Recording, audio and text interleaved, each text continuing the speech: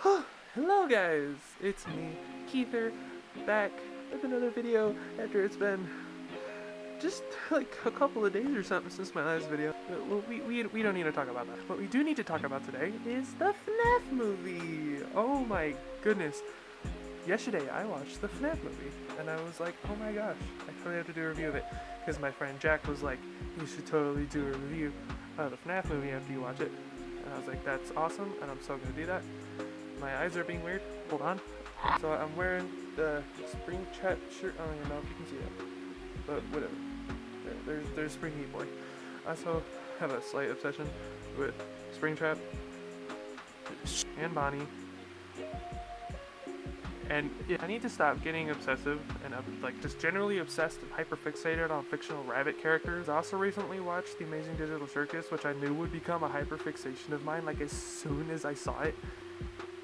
And now I'm obsessed with Jack. Look at this though! Bonnie! It's Bonnie!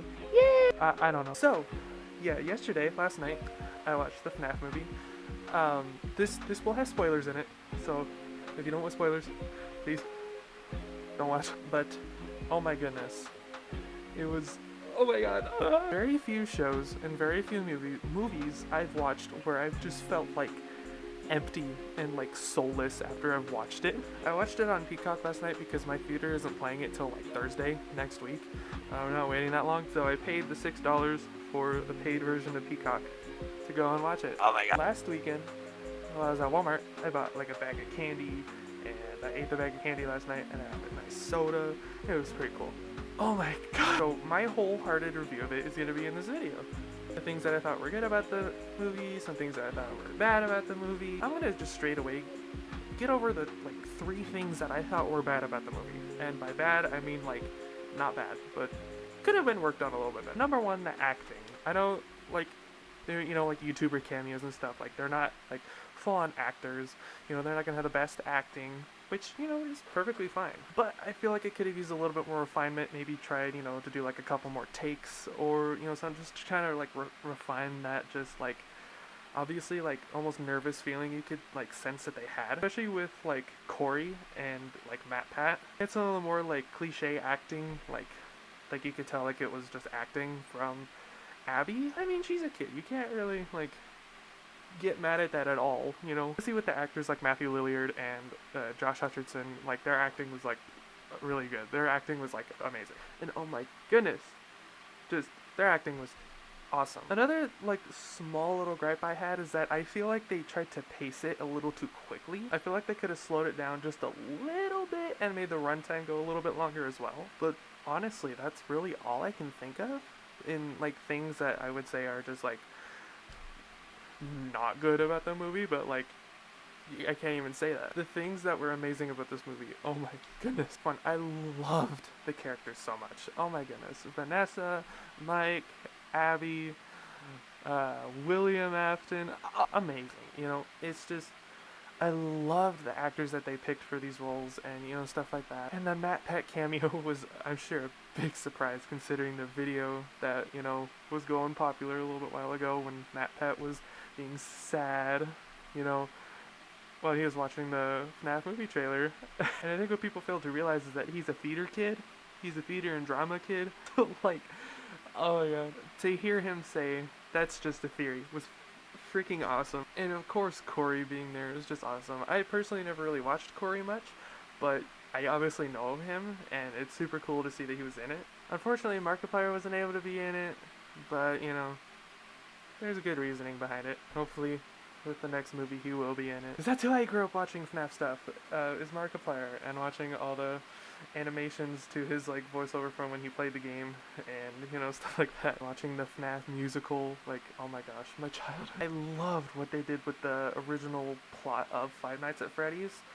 I think switching Mike's and Vanessa's role was really cool in my opinion, because I know some people are gonna say like, it's not lore accurate, blah blah blah. When has a movie adaptation ever been accurate to the books? I watched the 100 series on Netflix, one of my favorite show series ever, and then later I read the books to the 100, and I ended up stopping reading them because they just changed it too much. Like it's too different from the show to like properly like it. Same thing with like The Outsiders. Like the movie is, you know, different from the book, and you know that's just a thing that happens with film adaptations. What they did with the FNAF movie was just amazing, and it wasn't like crazy different, but you know it had those little parts that were just like, yeah.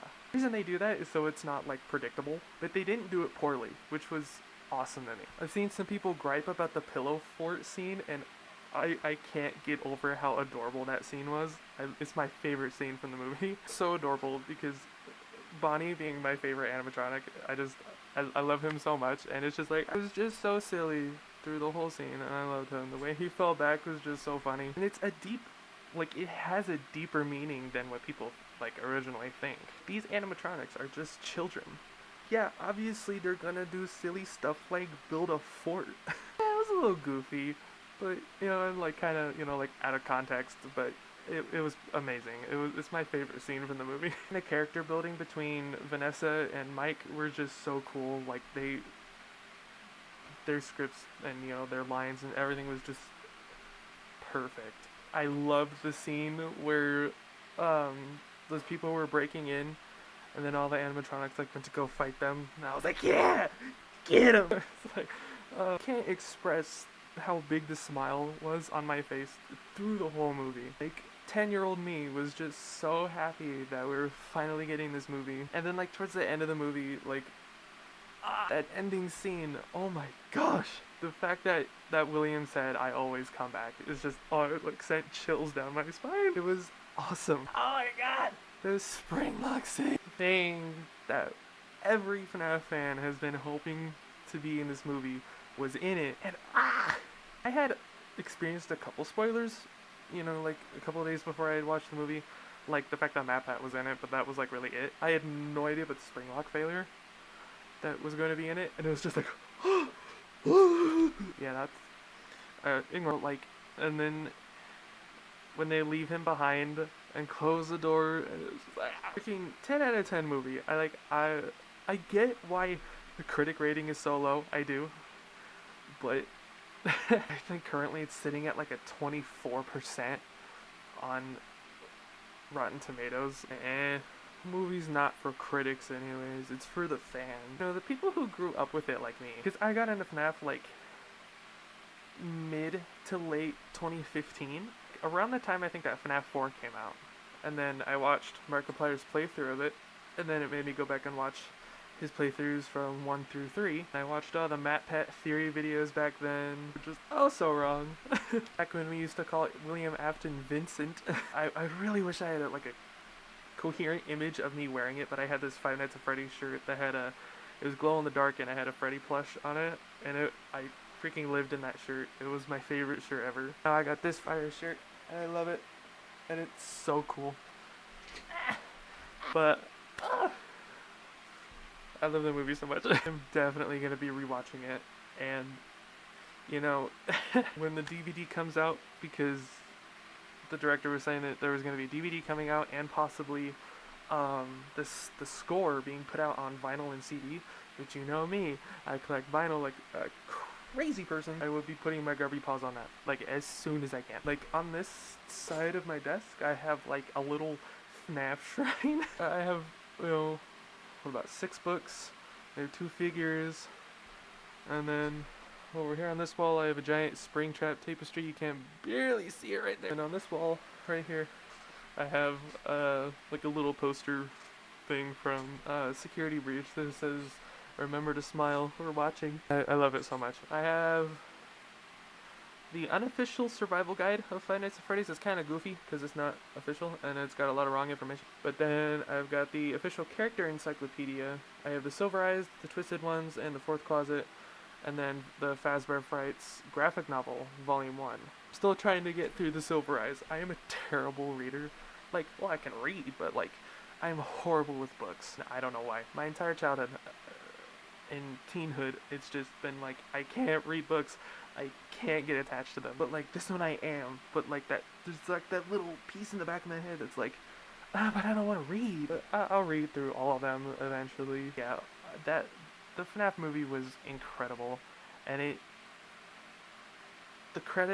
the credits came by, and I heard the that the Living Tombstone song come on, like, oh my god, like I was on the verge of tears. Like, FNAF means so much to me that like very little other things do. Like, it's just a thing that I hold so close to me and have for like my entire childhood. So I think that's a big reason why I love the movie so much, is just because of how much Five Nights at Freddy's means to me. Like, it sounds weird, but it does. I just love it so much, and the fact that the movie's here, and oh my gosh, I loved it so much. I can't describe it other than just perfect for us FNAF fans. Like, this, the movie isn't meant for just casual, just like horror movie watchers, unless if, I guess you really do like that kind of stuff. But you gotta understand the lore, you gotta understand all these little like cool references that it's got, and the plot won't really make sense to someone who doesn't know the lore. But this movie was made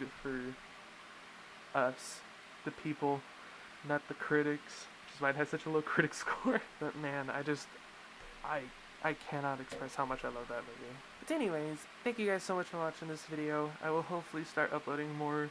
I know I say that every time, but life gets busy and I can't come up with YouTube ideas. But anyways, thank you guys so much for watching this video. I hope you guys did like it, and if you did, make sure you guys leave a like because it really helps out the channel a lot. Also, make sure you guys subscribe and share with your friends to spread the word about my channel. Thank you guys so much for watching, and I'll see you in the next video.